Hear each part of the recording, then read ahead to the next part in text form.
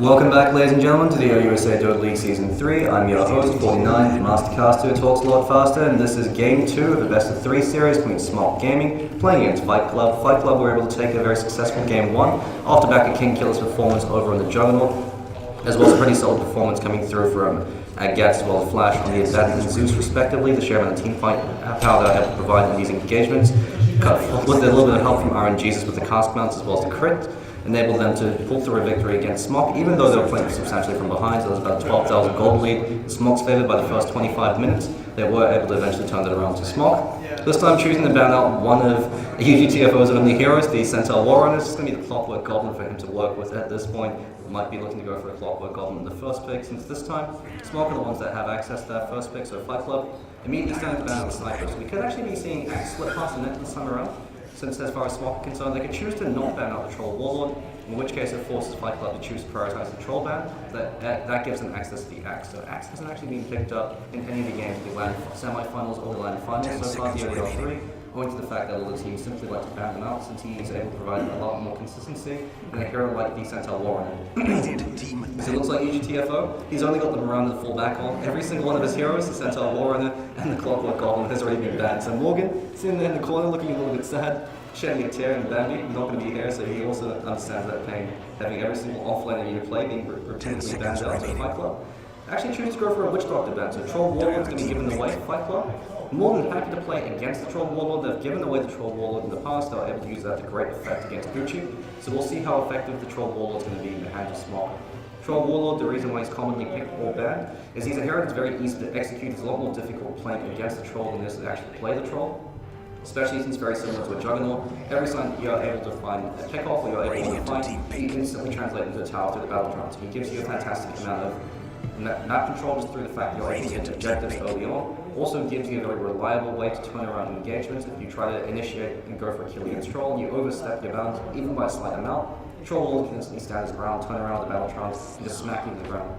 So we're going to be seeing a Silencer as well as King Killer Slark coming through from the boys in the Fight Club. Slark is almost always banned in the second banning stage when you're playing against Fight Club, just to priority Slark pick up over them. But that being said, SMOCK choosing to go for the Disruptor, one of the better counters to the Slark, since you're able to glimpse him back. Unfortunately, the Dark Pack will not purge off the glimpse, since the glimpse takes a lot longer than the Dark Pack will. Also gives you a way to control Slark inside the Shadow Bound, to catch him inside the kinetic field, catch him with the Static Storm to prevent him from actually being able to use the Dark Pack or use the Shadow Bound. It gives you a reliable way to try to block down the Slark, prevent him from snowballing out of control. Now when we see the Zeus ban coming through from SMOCK as Fight Club, they do like to go for the Zeus in the mid lane and the Slark as far as the off lane is concerned. It gives you a massive amount of map control, since every time Slark has his Shadow Dance popped, you know that there's going to be a wall in the vicinity. Zeus rotates in, throws out a lightning bolt, and he's able to provide yourself a lot of map control just by knocking out these walls. Storm Spirit ban not coming through from Fight Club, so they're a bit afraid of the Storm Spirit coming online for SMOCK, since Yoshi, who's currently filling in for Massaro, both players do like to pick up the Storm Spirit from time to time. So as far as Fight Club is concerned, going to be seeing Psyche most likely playing the 5-position Silencer support role. Also can translate to a 4 if you use able to find some farm. Silencer gives you a fair amount of zoning pressure against other offline heroes. Our 2000 was repeatedly caught on stream saying that Silencer is considered to be the best zoning support, just due to the fact that you're able to control their mana pool on a hero like the Centaur Warlord through the Curse of the Silence and prevent him from actually being used in his abilities. Now we're going to be seeing another Respect ban coming through from SMOCK, choosing to prioritize the Viper from Flash. It's going to be showing out one of the best mech carries in the game as far as Fight Club is concerned. Since Fight Club really excel at these early skirmishes, these early engagements, they really do like going for it and mech as quickly as possible, just to ensure they're able to provide a massive amount of mid-game teamfight. We're going to be seeing a Queen of Pain Respect ban coming through from Fight Club. And Queen of Pain does do fairly well against the Slark, especially if you're able to get the Orchid off and Slark before you can trigger that Dark Pact. Another option that SMOCK actually have available is the Bloodseeker. Bloodseeker hard counter Slark because of the Thirst actually being able to use Slark that disables the Shadow Dance regen. So that alone on top of another ability such as the Rupture pretty much neutralizes the impact of the Slark in the game. Going to be seeing an offline Tidehunter pick coming through from Fight Club, so UGTFO. Going to be doing some hashtag Throwback Thursday, as he starts to pick up a fairly easy to execute offline hero. Tidehunter's win rate has plummeted. It used to be 56% prior to the latest patch. Now it's going to be stabilizing about 45% due to the fact that teams have gotten a lot better at playing against the Tidehunter. You often see support heroes like the Ancient Apparition picked up, just because the Ancient Apparition is able to provide a massive amount of magic damage that will supersede both the anti-smash as well as the Kraken Shell. So it gives you a very reliable way to deal with this Tidehunter in lane, hopefully plotting out a lane situation, and make it very difficult for him to get a very early Blink Dagger. Tidehunter is also very dependent on getting that blink, and he's too dependent on the Ravage cooldown for him to be able to fight a lot of consistent pressure, and so you can simply fight around the cooldown time. Especially with the Troll Warlord, you can apply a lot more pressure more consistently with the Troll, since every 30 seconds you've got Battle Trance to work with, compared to the 120 cooldown of the Ravage. So it means that you're able to force these engagements where Tide won't have Ravage, in which case you should be able to take these fights quite successfully. Should be interesting to see how SMOCK decide to play against. They decide to go for the Razor. So throwback Thursday for both these teams. Razor and Tidehunter used to be top pick, top ban material back in the TI4 era when Death Ball was considered to be the common trend. Now there's Razor. He's only ever picked up as a counter pick. Razor actually can be fairly effective against Slark because you've got the static link which you can't purge. The only way you can break static link is if you pounce outside the static link range, in which case Slark isn't hitting people. So Razor actually can be a fairly effective hero to deal with the Slark, so long as he's able to get the static link off. Otherwise, he can just walk in static link and Tidehunter. Fight Club choosing to go for more Warlord combo, picking up Gats as Earthshaker, so Gats will be playing that 4-position Shaker. And so far, Gats has had a really successful track record with the Shaker. I believe every single game Fight Club have picked up Shaker for Gats, they've won that game. So Earthshaker should be having a dominant impact this game. Also means that the Earthshaker is able to do a lot of stacking and pulling, while the Silencer provides that zoning pressure. So the drawback of this is it means that they can't actually afford to go from aggro tri-lane. They actually have very limited rotating power, because the only hero that can effectively rotate is going to be Shaker. Silencer's just going to sit there in a lane and provide zoning pressure for the enemy offlane. That's all he's really good for, as far as the early stage of the game is concerned. Slark, you could actually be seeing Kin Killer, once again going for a very greedy Chinese style build. He chooses to go for the Hand of Midas as his first big item, and chooses to max out the Dark Pack, just to ensure that he is able to maintain a fair amount of farm, and pick up the Shadow Blade as quickly as possible. So that way he likes to win through sheer item advantage, as opposed to utilizing Slark's early and slippery effectiveness by going for a Blink Dagger and going for these quick pickoffs. So SMOCK, as far as their choices are concerned, they could just decide to just say screw it, go for the ultra late game, pick up a hero like a OUSA, although unfortunately with the Razor pickup it does make it a bit difficult from the lane. It can potentially run Troll Warlord in the jungle, but that's one of the uses of the Troll Warlord. They instead decide to go for the Axe. Axe is one of the best counters to Slark in the game, because twofold, you're able to execute Slark before you can actually Dark Pact off through the Cunning Blade, and secondly, you're also able to force Slark to attack you when he pops Shadow Dance. So it means he's effectively wasting half the Shadow Dance duration, and outside of that Shadow Dance, Slark is very easy to deal with. So Axe is going to be a pretty powerful pickup coming through from SMOCK, and also gives them the opportunity to go for aggressive duo lane. In order to cripple the effectiveness of Fight Club, Axe can actually be left alone against the Tidehunter and come out on top. So he sets the aspects at level 2. Every time Tidehunter gets a little bit too close to the creep wave, Axe is able to catch him with Berserker's Call. A couple of swings of the counter healer should be enough to drop the Tidehunter down. Fight Club, now going to be dipping into their last ban, and most likely going to be choosing to ban out a support hero that synergizes with the Axe as well as the Disruptor. Axe can actually start off in the jungle, so they could just choose to ban out offlane heroes as well. So as far as SMOCK is concerned, they have a fair amount of flexibility. Axe can be the offlaner, Razor most likely will be mid. Troll's going to be the safe lane farmer with assistance coming through from the Disruptor. Although if they decide to pick up a much more reliable offlane hero, Axe can potentially just start off in the jungle, have Disruptor as your sole support, and decide to just go for Ultra Breach and pick up a blockable weapon. So they do have access to offlane heroes such as the Batrider, which actually can go down the work. Well, the Batrider has to be very cautious of the silence and global silence coming through from them. So it means that Batrider's effectiveness will be fairly limited. Won't be seeing a Clockwork Goblin because it has already been banned, and we're going to be seeing a Death Coffin ban coming through from the voices of SMOCK. SMOCK actually going to be thrown for a loop, especially since they've so far got very current TI4 level picks with the Tidehunter, so the Death Ball can be quite real coming through from Fight Club. It will be interesting to see what their mid lane hero is going to be. Slark can potentially be mid, but against the current matchup, most likely the Razor, not going to be advisable just because Slark has a fairly difficult time dealing with Razor, so most likely we'll be seeing Slark over in the safe lane. Tide is the offlane farmer, Silence and Shaker as support, so Silence will be providing assistance to Slark. Shaker will be rotating around the map, as well as doing a lot of stacking and pulling. And Tidehunter will be spending the majority of his time in the offlane, or potentially stacking up Ancients. Actually going to be seeing a Clinkz in the mid lane, so it should be a fairly interesting matchup as far as Fight Club are concerned. The advantage of the Clinkz is it gives you two very slippery core heroes that are able to output a massive amount of damage.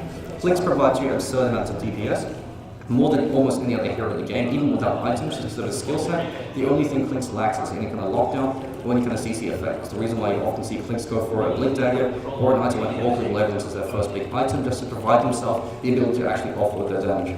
So we could be seeing Tidehunter and Shaker as the space grids to provide lockdown to enable the Slark and Clinkz to just run all over SMOCK. As far as the draft is concerned, Clinkz is going to be incredibly effective this game. Clinkz does give you a lot of burst damage to help you deal with the Troll Warlord. Razor isn't really going to be ultra effective. Even in the lane stage, Clinkz has a significant advantage because his damage isn't centered around his auto attack, it's centered around the steering arrow, and so the static link isn't going to give Razor that substantial advantage.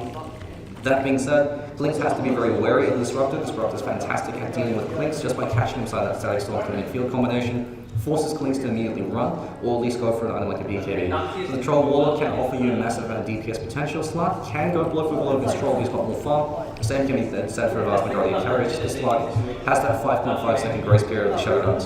So as far as Kin Kill is concerned, most likely we'll be seeing a Shadow Blade build coming through from him. Blink Dagger won't necessarily be all that necessary this game, because you know you're going to have UGTFO with Blink Dagger and potentially Gap. So you have the initiation already in place, but what you really want is a bit more pick-off power, a bit more stat effective items, and Shadow Blade does fit the build a bit more seconds remaining. As far as SMOCK are concerned for their 5th pick, choosing to go for the offlane Darkseer. So they went for the combo break. I'm not really too sure I agree with the Darkseer pickup. If they are able to get a huge vacuum into the Static Storm kinetic field, that could be the only way they could take a fight. Otherwise, there isn't really enough synergy for the Darkseer to be that powerful. I suppose you can Iron Shell the Axe and try to go for a vacuum Berserker Skull. They can give you a hell of a lot of damage, although the main advantage of the Darkseer in this situation is A, he does very nicely against both the Slark and the Tidehunter laning stage, since both these heroes are forced attack and get a chunk of the Iron Shell damage, and B, because you've got two very powerful right-clicking heroes, the Illusion Wall is going to be doing a massive amount of work. This should be interesting to see if SMOCK, with their unconventional lineup, are able to take a game off the boys in Fight Club, or if Fight Club will be able to do a 2-0 sweep into the Grand Finals playing against Sandstorm. So it looks like Yoshi is going to be playing the mid lane Razor. Flash going to be playing Clinkz. I think this is the first time I've ever seen Flash play Clinkz, so it should be interesting to see what item really chooses to go for. There are a lot of items that Clinkz can choose to go for. It's actually quite flexible with this item choice. The most conventional item is going to be the Orc Malevolence Rush. Also have seen builds like the Cloud9 Eternal Envy build, where you go for Soul Ring into the Blink Dagger as quickly as possible, and then go for an item like a Desolator. So we're going to choose players from both teams over in the line of SMOCK Gaming, Felfing. When you're playing the Troll Warlord as a safe lane farmer, choosing to go for a fairly stat efficient build, so he wants to go for the Ring of Keeper as quickly as possible. Let It Go, going to be playing the Disruptor, one of his signature heroes, and back in the ODL2 and the ODL1. He's going to be the 5-position support for his team. Flying Pig's going to be the offlane player, choosing to start with Wards as well as a Sentry, just to give himself the ability to block caps. Syle's actually going to be playing the 4-position jungling Axe. He's actually going to be jungling in the enemy jungle. So this is something that Trident Esports often implement with the Elder Titan Axe combination. So you have Mule starting off in the jungle, have the Elder Titan as the offlane hero, Axe is able to intercede the creep wave and potentially go for a kill.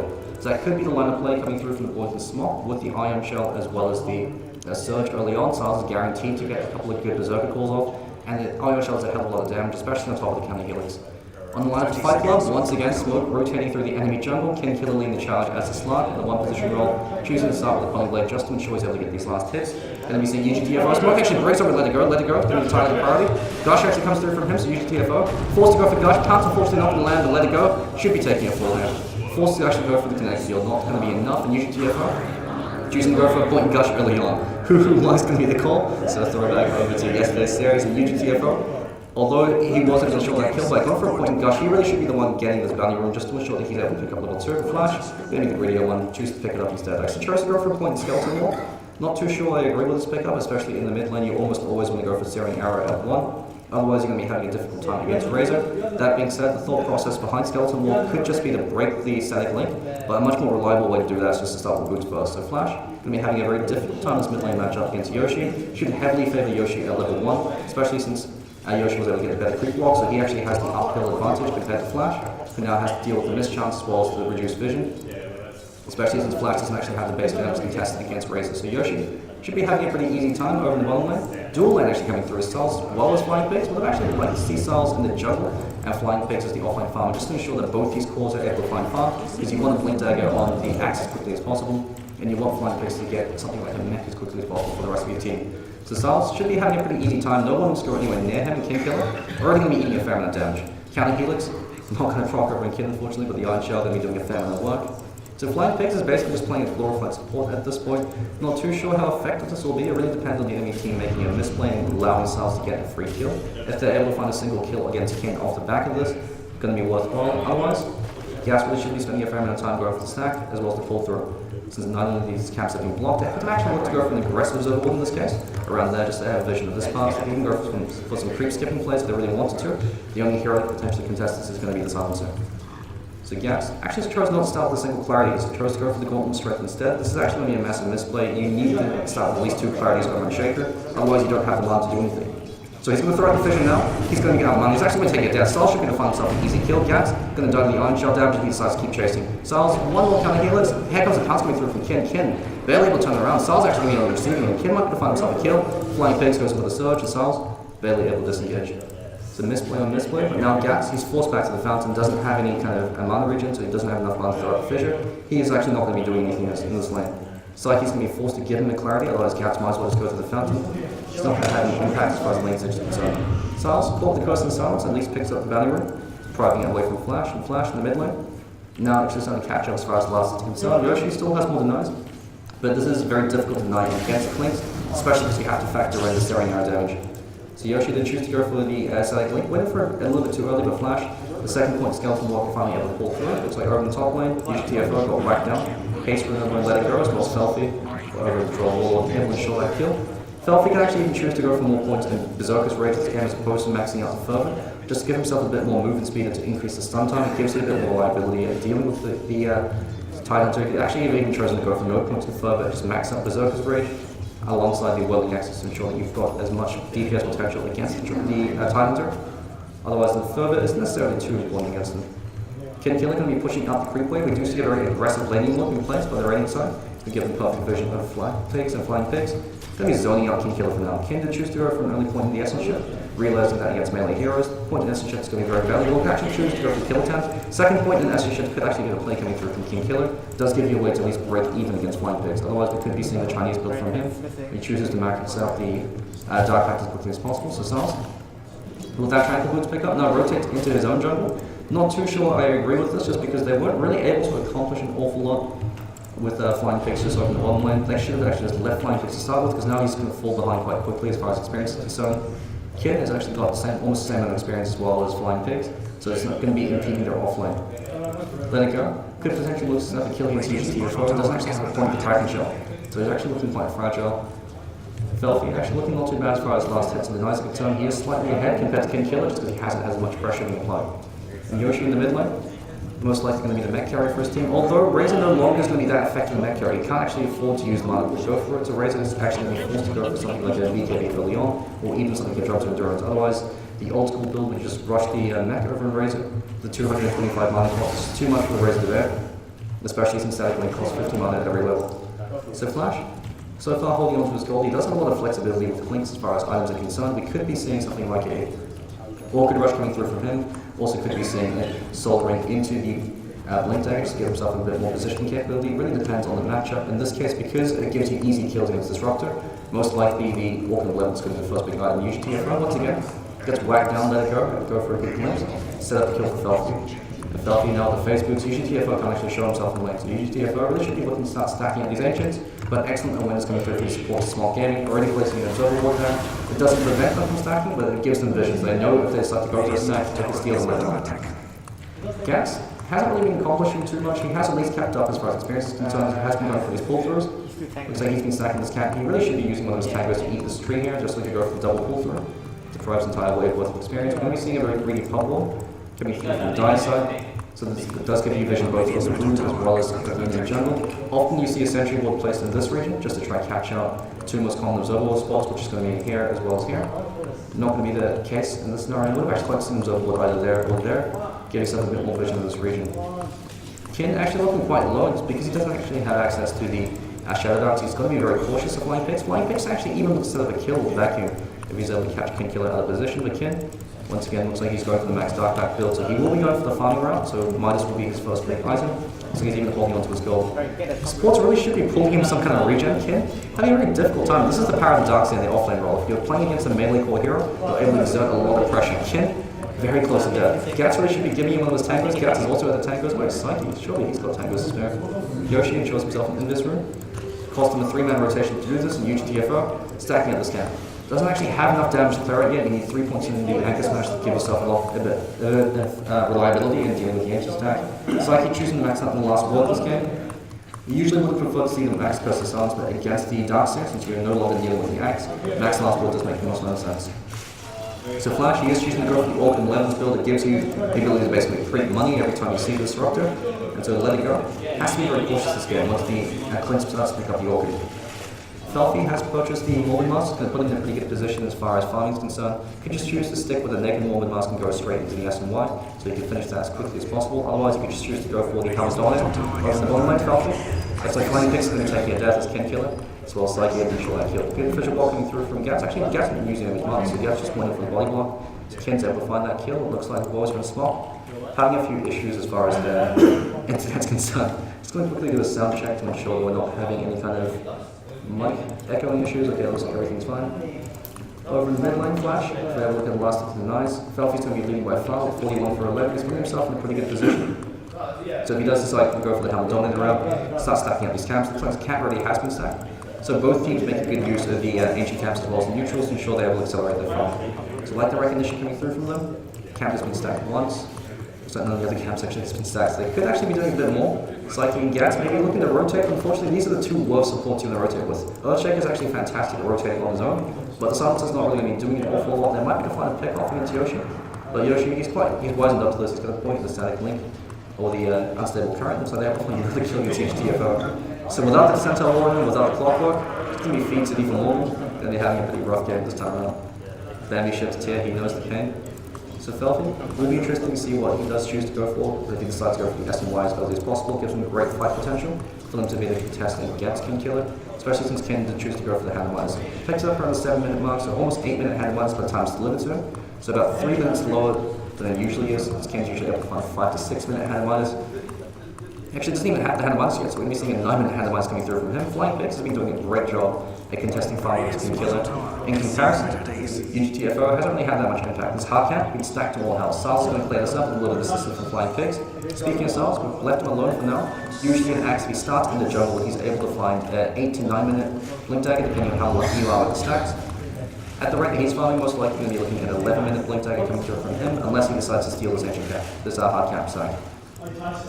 So the boys from SMOCK, once again, putting themselves in a pretty good advantage as far as the macro is concerned. A 3,000 gold lead going to their hands, as well as a 2,500 EXP lead. SMOCK's biggest advantage is they usually like to go for these greedy kind of lineups and just play the farm war game. Get more farm on all of their core heroes, and the boys from Fight Club can use that to give himself a little late game advantage. Ken actually putting himself in a very sticky situation. That Dark Pact did a hell of a lot of damage to him. It does ensure he is able to find that hand of minus for Flying Pigs. So as a rotate, he's actually going to anticipate the movement coming through from King Killer. Might actually going to catch Ken. Ken does have to show enough to work with. So Ken's able to find that hand of minus in the 9-minute mark. Forced to use it on the range creep just to ensure he's able to get some kind of immediate benefit. So that hand of minus is putting him a little bit behind as far as network is concerned. It's going to take about 7 minutes before it pays for itself. In comparison, he helped with the Felfy. All his items so far have been quite active, so they actually are trying to pick off some gaps. Setting up an easy kill, King Killer going through his Dark Pact. So Fissure into Pound's Dark Pact is going to play for them. Medium camp going to be the hard camp's going to be stacked up for Sauce, as well as Let It Go. Maybe looking to take this. Let It Go actually choosing not to go for a single point in Thunderstrike. Very interesting build coming through from them. Usually you go for 1 point in Thunderstrike just to give yourself vision of the enemy heroes and go for the glimpse. So it is a bit of a curious build coming through from him. Sauce going to be seeing a blink dagger coming along from very short boost. We could actually even be seeing a 10-minute blink dagger coming through from him. 10 to 11-minute marks, so fairly standard timing, a little bit slower, just because he did spend a bit of time with the lane at the start. But the efficiency plays coming through from the boys in SMOCK, really paying off from the Felfy. Should be declare out that hard cap on his own at this point, especially if he decides to keep kiting back the creep wave. And Psyche, only level 4 on him, is still the fall behind as far as experience is concerned. Flash, in the meanwhile, is going straight towards the Orchid levels. This is the power of Clinkz. Once he gets that Orchid, he can look to create a massive amount of space. So you ideally want a hero like Clinkz, you want an Orchid by the 14 to 15 minute mark. That's going to have the highest impact, especially since you can then rotate to the jungle and start punishing SMOCK with a great SMOCK so far. They're gearing themselves towards the mid to late game, putting a lot of emphasis on finding as much farm as possible and depriving farm from the enemy. So they're playing a very macro-centric ball. We do see the blink dagger now purchasing Siles. He can be the playmaker for his team. Axe is going to be the difference maker just because you use TFO. Nowhere near a blink dagger in his own flash. Rotating into the jungle to find some farm. Gats fairly underfarmed as well. He actually is going to almost pick up level 6, so Gats at least has been maintaining some kind of experience gain. We compare that to Felfy's level 9, especially since you've got a quad call lineup coming through from the boys over on SMOCK. King Killer over the bottom lane, going to be going for Tread into the Shadow Blade, most likely as his next item progression. Could also choose to go for an even greedier item than that, but most likely he needs to go for the Shadow Blade to provide that benefit to the rest of his team. Flips actually come through, could be seeing a player run Gats. Doesn't actually have the Echo Slam. Fissure comes through, Yoshi decides not to die for this, he doesn't want to. Exactly, just going to leech a bit of damage. And Let It Go. If he had access to the Static Storm, that actually would have been a free kill over at Gats, would have meant no Fissure. So Yoshi just could have walked all over him. Gats now has access to the Echo Slam, so he's at least maintaining some kind of experience advantage in Siles. Playing very patient, he wants to try and bait out UGTFO over that pick-off kill. UGTFO still doesn't have the Ravish to work with, so Gats actually has more experience, more gold than UGTFO. Actually, there's a very slight advantage coming through from UGTFO. Ancients have been stacked up, let it go. Waiting inside the tree line, so Ancients have been stacked once. Now going to be called out with Observer Ward and UGTFO. Barely catches out, let it go on the slight end. So UGTFO might actually look to just rotate into the jungle now. He's having a very difficult time in lane. Has to keep trying to stack up these Ancients. Unfortunately, he can't. They really need a Sentry Ward. Sentry was purchased by Psyche, unable to catch up the Observer replacement to you. It is very difficult for D-Ward. He needs to place it there. He wants to get vision. Felfy pops that battle trance, should be to do a bit of damage to that tier 1 tower. Looks like he is choosing to stick with the casual Morph Mask since his teammates have been stacking so generously for him. Stack unfortunately going to be interrupted by the fish coming through, so Flying Pigs. Unable to get that stack on Gax, at least able to accomplish that. Is going to be picking up the double damage room, unfortunately he's out of mana, so Gax, you want to make sure as a Shaker that you're able to find Soul Ring as quickly as possible, or you're just carrying a bunch of clarities. Otherwise, when you're out of mana, you're not actually doing anything. You just become a giant melee creep. Okay. That hand of Mudds is starting to recuperate as far as network's concerned. We are going to be seeing a TPN coming through from Styles. Styles got that blink to actually catch Ken. He does catch Ken. Ken can be taken to death if he's not too careful. Can be forced to pop that Shadow Bounce to try to disengage. He's got the pounce. Pounce himself for now. Flying Pigs got the vacuum into the Clinkz as well as the Sack Storm. Unfortunately, a bit of miscommunication coming through Ken. Going to be wobbling past and let it go. Decides to let it go. Ken is going to be able to dodge, disengage for now. Keep himself alive, but here comes Styles. Goes in for a red blind blink, catches up Ken Killer. Ken still has the pounce to work with. All he has to do is turn around. Pounces into the Ancient Pit. Ancients to a fair amount of damage with Styles. He can choose to keep chasing. He does have the blink tag available in a few more seconds. Global Sun's going to be forced. Blink into dunk is all he has to do. Styles waits in front of him, wants to go for the dunk. Ken going to get dunked down. Sloppy plays coming through from both teams, but they are eventually able to pull through. It does cost them a massive investment, as Yoshi, as well as let it go, forced to rotate. It did at least cost them the Global Sun, so UGTFO. In the meanwhile, rotating to the mid lanes, has the Ravage at the ready. Unfortunately, isn't really able to sit there in the top lane anymore. Troll Warlord is able to step below him. It's another reason why Tidehunter isn't that powerful to pick anymore. Current meta picks such as the Troll Warlord, the Shadow Fiend, the Sniper excel at dealing with the Tidehunter, just because they're able to apply massive amount of pressure from distance. Looks like let it go. Goes in for a cheeky glimpse play with Psyche. Psyche is going to be pushed back for now. Orc and 11 now is completed around 13 marks of flash. Half a minute ahead of schedule. UGTFO. Just barely going to avoid let it go, let it go. Gax actually, if he had vision, he could let's go for a take off. Yoshi, he did choose to go for the mech, but the weakness of this mech build is it does heavily impact your skill build choices. He actually tried not to go for point I in the storm. It's because otherwise going to be losing the vast majority of mana. Gax, unfortunately not going to be out of the right. Yoshi not standing his ground. He's got that mech charge, doesn't actually have enough mana to use it. Ken, going to be caught in play. Styles might have to bring him down, and he'll be straight coming through from Flash. Flash able to find himself one. Styles could also be taking a death. Looks like let it go, as well as Felfy able to at least bring down the Shaker. Very expensive kill coming through from the board with SMOCK. The lack of glimpse as well as the lack of static storm meant that Yoshi did take a death. Yoshi, unfortunately, he had the mech, just didn't have the mana to use it. So this is one of the weaknesses of Razor as a mech carrier. He no longer has the mana to afford to go for the mech. Flash with it showing off that ultimate level as he's now picked up 2 kills. He's in a pretty good position. Now looking to rotate and then to go for a cheap to take off.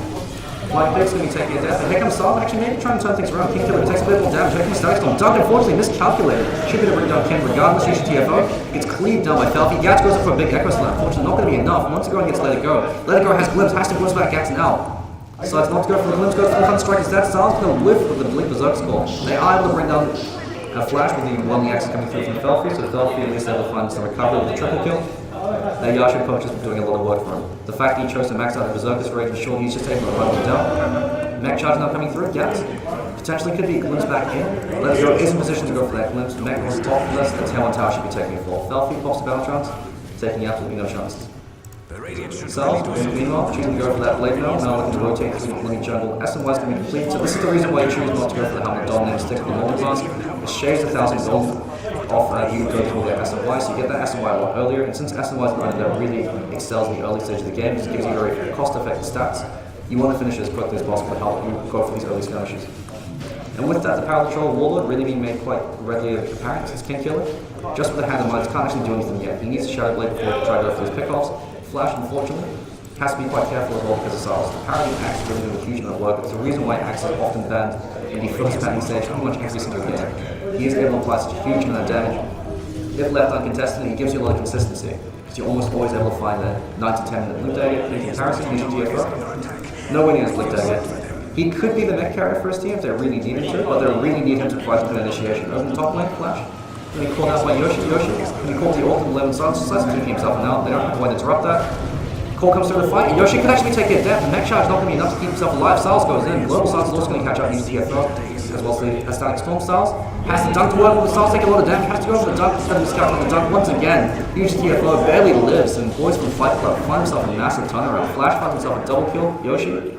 Miscommunication, did turn around a little bit too late. Good Fisher coming through from Gats. Yoshi should have just kept running. At least forced them to tower range, so that way they're going to be receiving a fair amount of damage. It would have been enough to ensure killing against Yushi TFO. Flying Pix is able to at least bring down the tier 1 tower, so it's decided to trade tip attack. Gats off the back of that kill, and at least there's enough going to go towards Arcane Boots, otherwise he'll start saving towards his Blink Dagger Psyche. 158 HP, playing an incredibly ballsy. So Flash now has treads to work with. Most likely he's going to be going for a BKB this game, just so he doesn't get ruined by the Static Storm every single engagement. We do see TPs coming through to try to catch out Felfy with an immediate disengage. He did actually secure the edge to the Immortal. Blink Dagger is actually going to be Blade coming through from Kin. So Kin realizes that he can't afford to go for Greed this game. His team's really playing very far from behind. They're not going to be having a Blink Dagger from each TFO. So he's going to be the one forced to play that initiation role. So each TFO, he actually has the flexibility to go for a mech this game, just to ensure that their team is able to keep fighting. Decides to purchase Tangos instead. So Desperation plays for Morgan, doing everything he can to make sure he doesn't fall too far behind. Felfy, the edges the Immortal, the SMY, and the Morgan Mask, putting himself in a very favorable position. Troll Warlord, this is power up Troll. You get very big very early on. It's so difficult for the ganking, which is turn around. These engages, especially just in the battle trance and the Berserker's Rage, just whack people down, and you're able to farm very efficiently since you can farm the lane and the jungle at roughly the same speed. We have this intentional engagement against Psyche. Eating the battle hunger, here comes a glimpse into Berserker's Call, Psyche. Berserker's Call not even needed, Psyche, let me take it for. Dunk comes through from Styles, I guess he just finally went for the landlord. They're also going for the D-Wall. We could be seeing a potential engagement over by the bottom tier 2 towers. Boys from SMOCK this time around decide to play a bit more active, 5,000 gold lead going to their hands, about 3,000 XP lead. They know that they can lose these engagements, they've got the edge of the Immortal, they've got everything they need to try to force a fight. The boys from Fight Club might decide to take the bait. Felfy, whacking down that creep wave, should be able to start smacking down the tier 2 tower. He's going to be in the front line, everybody alongside Yoshi. Styles and Flying Pigs, all they have to do is hang back. Essentially what's going to be dropped, expecting Flash to be able to try going for this pick-off kill, also anticipating potentially a Shadow Blade on Slark. So Felfy on the front line as well as Yoshi, very difficult for him to go for this engagement. There's no Blink Dagger on Yushi TFO. If he had a Blink, it would have been the perfect situation for him to force a fight. Felfy should be able to take this tower for free. The only way they can go in for this engagement is if they engage under SMOCK's time, especially if they've got the edge more on Felfy, they've got no mecha based on Yoshi. If they decide to force a fight, they have vision over Flash. Flash can be caught out of position themselves. Flash, unfortunately, it's a trap. It's the boys from SMOCK. Here comes a Ravage coming through from Yushi TFO. Styles does take a death. Gats goes in for a huge Echo Slam. Static Storm going to catch off Felfy. Felfy stands his ground, the HD Mort's going to pop. Yoshi standing his ground against King Killer for now. Static Link comes through a little bit too late because of the global silence. Felfy reincarnates back in the frame. King Killer, they had vision, and the Static Link gives you vision inside the tree line. Each TFO, he's also going to be taking a death. Felfy should be able to run him down with a few more cheeky right clicks. He's got the surge to work with. Switches into range form, switches back, throws out the blinding axes. Should be enough to ensure kill these huge TFOs. Felfy looks to go for the disengage. Flying Pigs. Casually just drops to the wall, I suppose. Why not? Flash is able to find himself a kill off the back of the awkward silence. Flying Pigs, now trying to run down Flash. Flash could be taking a death there. He can't actually skeleton walk outside the range from the Iron Shell, so he should be taking a death. Yoshi whips him down. Whips and chains inside him. They shouldn't knock down the tier 2 tower. They are able to do so. Put themselves in a very favourable position. Over in the top lane, Styles finds himself some easy farm, gets himself that blade now. We have a look at the fight recap. Very favourable exchange going to the hands of the boys from SMOCK Gaming, especially since they're able to take that tier 2 tower. Even though the gold lead is actually going to be a slight advantage gained by the boys from Fight Club, the fact that it cost them global and a ravage just to ensure those kills and they still lost their tier 2 tower puts the boys in SMOCK Gaming in a very favourable position. So as far as SMOCK are concerned, once they start to knock down these other tier 2 towers, they can look to play farming wars. They farm pretty much all 3 lanes at once, farm the enemy jungle, one defensive wall coming through from the raiding side, aggressive observer wall to the top tap could be next. Does give you vision of the screen so you can see the defenders. UGTFO, still no Blink Dagger in sight, no neck in sight. Once he gets that Blink Dagger, that's when things start to look a lot better. Yoshi just casually pops the other side, so it's a farm. BKB now purchased over from Felfy, so he's good to go. Now could look to go towards Iascadi. Now he can look to purchase the Hammer Dominant without impeding his other line of progression. Now he can start stacking up his caps, get himself further and further ahead. Gats, he actually gets a Blink Dagger before UGTFO does. So Gats going to be doing a lot of heavy lifting this game. Let it go. The Invis room might they go for a pick off over in UGTFO. They decide not to go for it just because you have to factor in the Kraken shell. Battle Trance, casually popping, so they know that Felfy's going to be farming somewhere in the woods. Looks like he could potentially look to go for a Roshan once it respawns. Rosh will be back up in about 8 minutes. UGTFO, trying to go for the ancient stack. Should be able to find it, it's going to be pinged out though. They are away to go for that ancient stack and let it go. Could look to glimpse it back in. Can kill it, he's got that Blink Dagger to work with. He wants to go on Felfy. He can blink in, pounce him perfectly. Felfi though, that being said, he's aware that something might be happening. Yoshi's also in the neighborhood. Yoshi's going to be going straight to the Agni Tap to provide Tina a little benefit. Flying Pig's also waiting the wings. He's going to be the one carrying the pipe. Pipe actually isn't going to be that good either this game. I still am baffled by everyone choosing to go for Pipe. Would have much preferred him going for a Blink Dagger or an Agni Tap instead. The Pipe actually gives him very minimal impact. I suppose it helps against the Echo Slam. Not really enough for benefit. UGTFO. Let me glimpse. He has to be forced to throw out a Ravage right now if he wants to try to win this engagement. Decides not to do it. He's going to take a death instead. The boys from Fight Club could potentially turn that around. Unfortunately, they don't actually have access to Slark. King Kill is a bit too far away, so he decides to hold on to the Ravage, catch the feed instead. That Tier 2 tower should be taking a fall. Only way they can take a fight is with both the Global and the Ravage. Silas actually catching out Gats. It's going to be a huge pick-off. Gats going to be caught down by Silas. Silas' Global Silence isn't going to be enough. He's still able to bring him down. Felfi knocks on that Tier 2 tower. Even the high ground bridge coming through from them. Flash. Backing himself away. Looks like he's going to be going for potentially a Link's stick, and then also could be a Sheep stick or an Ice Guard. Clinkz has a massive amount of flexibility to his item choices, so either of those items can be quite effective. I suppose the Link's Sphere is not going to be too good. Ken, able to blink on out of there, so the Blink Dagger finally paying off for him. Should be the knockdown on the Tier 2 tower though, or at least wait until UGTFO is back in the fray, just because they don't have global silence to work with. Felfi's got his 10-second BKB, hasn't used a single charge of it yet. Flying Pigs. Pipe Gates are becoming online, so that helps mitigate these damage coming through from the Echo Slam. And Yoshi, getting pretty close towards the Agni Tap.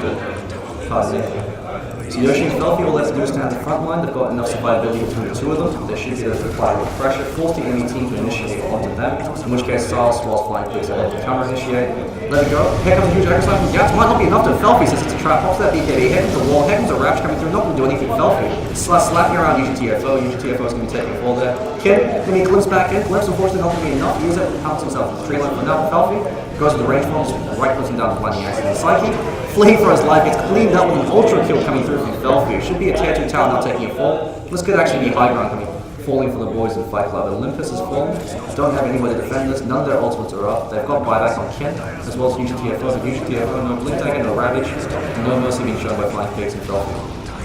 Felfi on low to pretty much breach high ground, so should at least be able to take this Tier 3 tower. The only one left is going to be Flash, and Flash on his own. Can't really do too much. Looks like once again, Flash decided to go for some weird hybrid item build. Wanted to ideally go for something like an Iascadi, give himself a bit more late game room.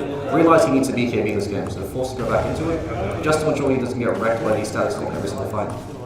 So very similar to Felfi in Game Number 1, that hesitation in item choice really does set you behind, because he's effectively 2,100 gold behind. Had he chosen not to go for the ultimate roll, he would have had his BKB by now. That BKB means that he doesn't have to worry about the status storms, pretty much ruining these engagements of Flash. On the hunt, Let It Go is going to be entirely the priority. Let it go, then call the Orchid Silence. Could be taking a death. Felfi goes with Blinding Axis. Blinding Axis might actually be enough. Orchid Soul would still be enough to ensure a kill against him for Flash. It at least takes a bit of damage in return. So Felfi now going to be caught in the position, he's not too careful. Cells in the neighborhood. Has that blade now, should probably be looking to go for a Shiva's Guard or an Agni Scepter. Either item's going to be very powerful for him. Flying Pigs. Then he's scattered out by Flash. Flash goes in for the silence of Flying Pigs.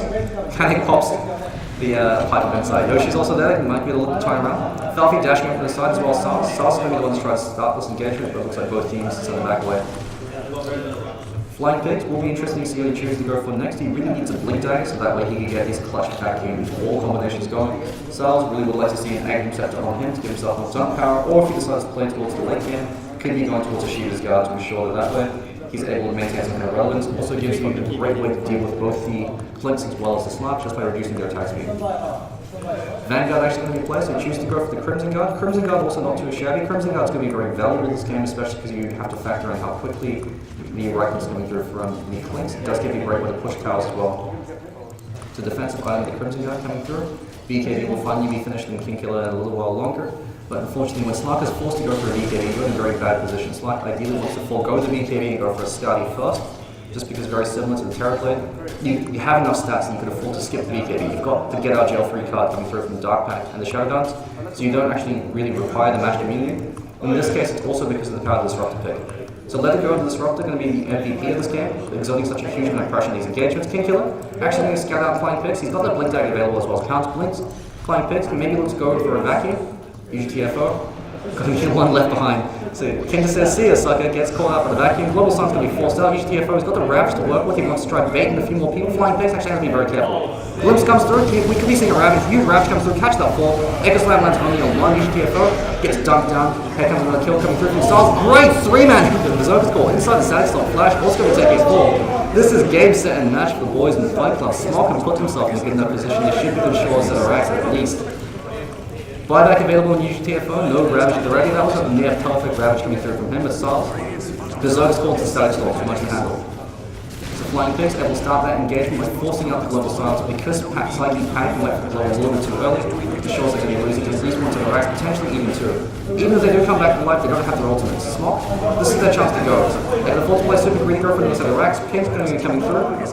Decide to go for the objective-based gaming, and Ken Killer, all he can do is watch as his house turns down. Do see potential blink engagement with the cells, not able to catch Slark. Slark's a bit too slippery for him. TV's coming through, but they know that they actually don't have the everything. Gats, caught out of position by Sals. Gats, what are you doing, my friend? Sals is slaxing down. Henry's shaking his head. He watches this from work, so this time, Henry's going to be the one criticizing Gats in play. Seconds to their axe going to be taking the fall. And Fight Club at this point, they don't actually have a chance to recover. You're too far behind if you have a look at Gold Pro. 15,000 will be stabilizing, about 17,000 while the racks are done, as well as 12,000 gold reads are small. This time able to execute the strategy. Roshan is back, they decide to disengage. They could have actually gone Skull for Megas and not have to worry about anything, even though all their heroes are up. None of them have their ultimates. IS Guardian now completed over in Felfie. So Felfie is showing everybody else how it's done. This is how you play the Troll Warlord. Don't need to have a Dominator to stick with the Morbid Mask. Should be to find himself Roshan for free. And with the IS Guardian, there's no one that can outfight the Troll Warlord. You can't run from the Troll, you can't negotiate with the Troll. He should be the Rampager uncontested in his engagements, especially since he still has an 8-second BKB. Let it go, providing a little bit of assistance there. He's just there for moral support. Yoshi, also there, looks like he's going towards the refresh roll build, so it's going to give himself a lot of tower pushing capability, especially with the Agnes out. So very surprised he chose not to go for a BKB this game. That being said, disposable Felfie on the front line, showing all their fire. Not really going to be all too necessary. Kin Killer, the BKB is complete on him, but it's a case of too little too late. Even with the BKB, he can't do anything against the Troll. Even with the 5.5 second Shadow Dance, doesn't really have enough damage to deal with the Troll. Warlord Troll's going to be able to outfight him, outlast him, and Rampage through the rest of his team. So Felfie just barreling down through the mid lane. They want to reach high ground through mid, and then just go for the tier 3 over the top lane. Because the instant creeps are in high ground, it does disable backdoor regen. Looks like they're going to be backing away. Defensive Overload being placed. He was the ready side, but he's going to scout the rotations, stealing the Ancients. Yoshi looks like he actually chose to purchase the gem. I like the gem purchase coming through from him. Ensures that SMOCK are able to pretty much seal off the map, continue to get further and further ahead as far as network's concerned.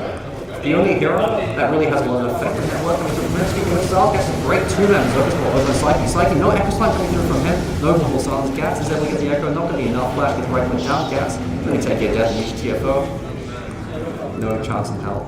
GG's going to be a call coming through from Psyche, the boys from Fight Club, they've had enough. Ravage not going to be enough. Don't have the global silence to work with. Excellent performance coming through from the boys of SMOCK. It really goes to show you how powerful the Troll Warlord is as far as the execution is concerned. Looks like they chose to go for the fighting strategy.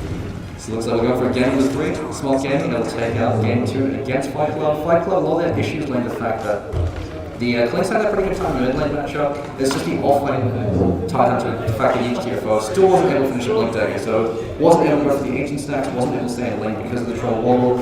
This game really highlights the impact Troll Warlord can have as far as on the lane, just due to the fact that Troll Warlord pretty much destroyed the Tidehunter in the lane stage. TFO never really got a total to recover. So we're going to take a quick break and we'll be right back for the game of the 3. Stay tuned.